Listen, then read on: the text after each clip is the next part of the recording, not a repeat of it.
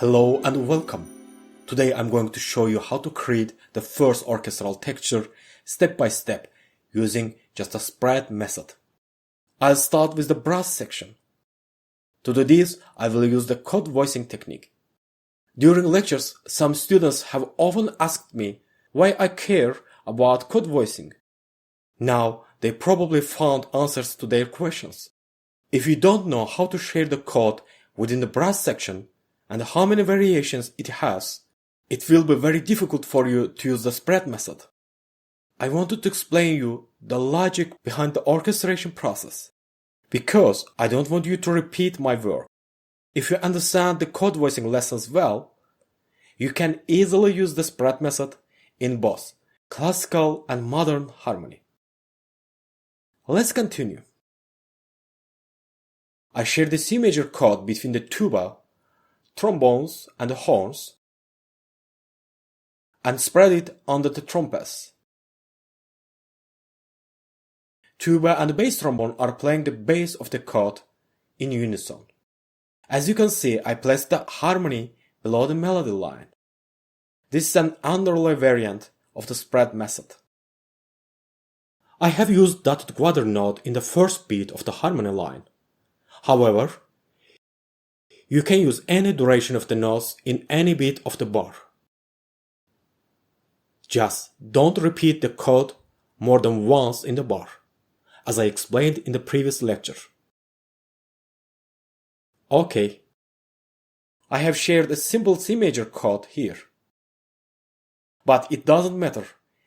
If you have watched our previous lessons, you can easily add 7th chords, 9th chords, altered chords, classic chords in your composition. The next chord is F major.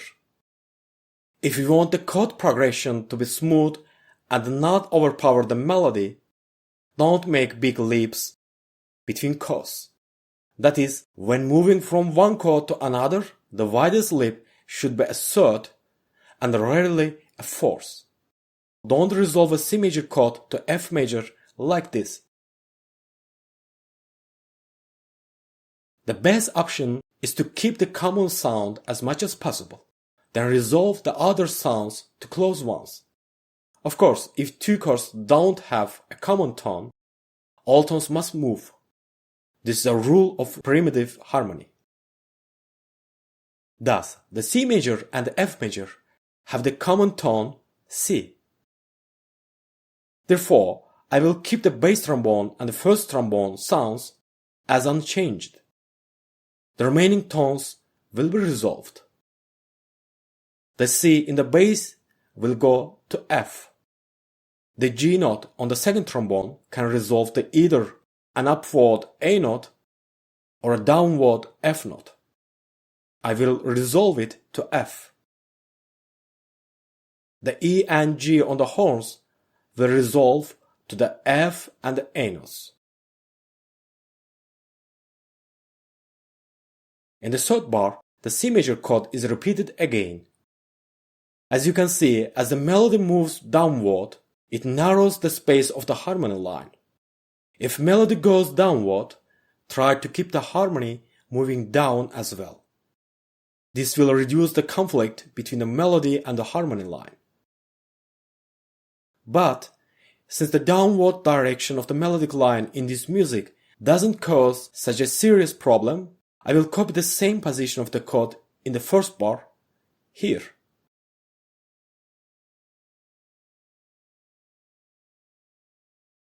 The next bar is in the G major. First, I check if there's a common tone between C major and G major. Both chords contain the G note. Therefore, the G will be kept, while other tones will be resolved to close ones. Don't worry that the horns are above the trumpet. This crossing is temporary. Also, the melody line is so strong that the horns cannot overpower.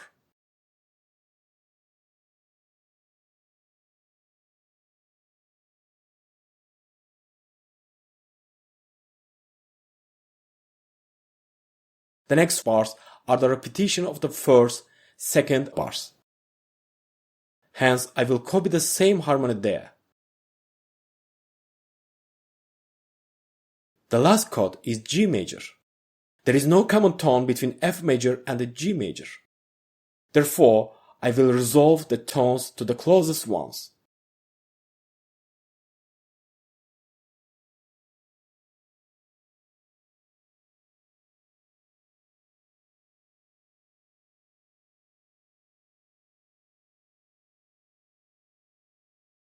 I also add an accent to the harmony line to get a tense and energetic sound. Let's add a crescendo to the last bar.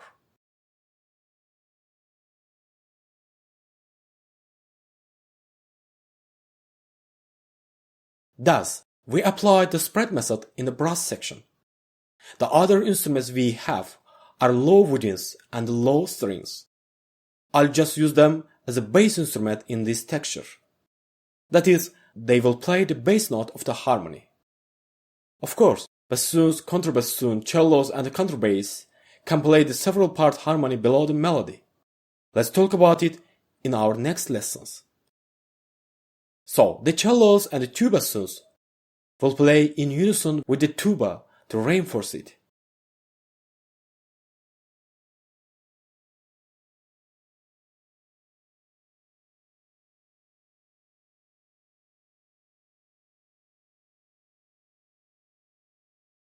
Contrabasses and the contrabassoon will reinforce the bass line an octave lower. The actual sound will be lower than the rhythm.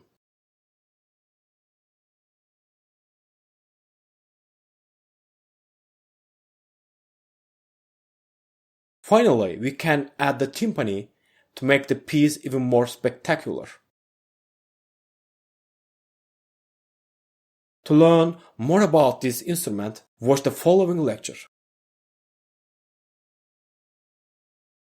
In this piece, I want the timpani to be played with an unmeasured tremolo. The notes to be played are C, F, and G. The main thing here is to calculate on which drum the notes will be played. Depending on the skill of the performer and the timpani used, different notes can be played on separate drums and sometimes on the same drum using a pedal mechanism. For instance, the F and the C notes can be played in two ways. The first way, the F note will be played on the 32nd size timpani while the C note on the 29th size. The second way, both notes will be played on the same 29th size timpani. After playing the F note, the performer will immediately press down on the pedal to change the fundamental tone to the C note. Since our piece has no rests between bars and also requires tremolo playing, it can be a little risky to play two different notes on the same drum.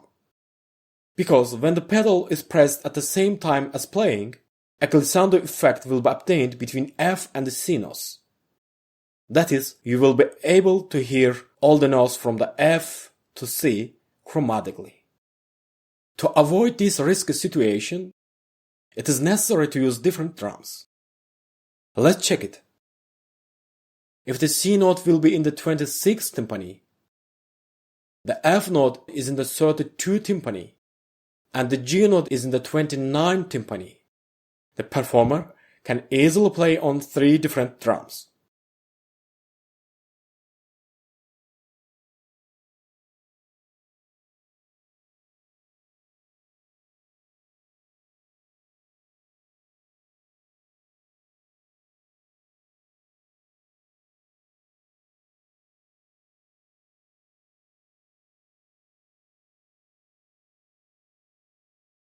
So, we applied the spread method under the melody. George Frederick Mackay's advice should be taken into account in the orchestration process. Each group should be rhythmically consistent and harmonically complete, and should make musical sense when played separately. Therefore, when adding a new element to the orchestration, listen to it without the melody. Because a properly constructed harmonic texture should make sense even without a melody. Let's listen and see if there is harmonic completeness.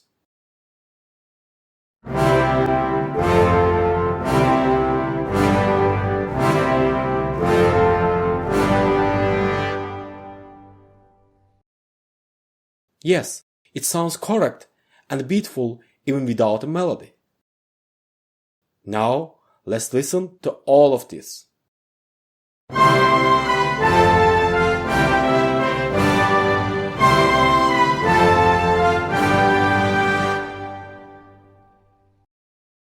So we have done our lecture.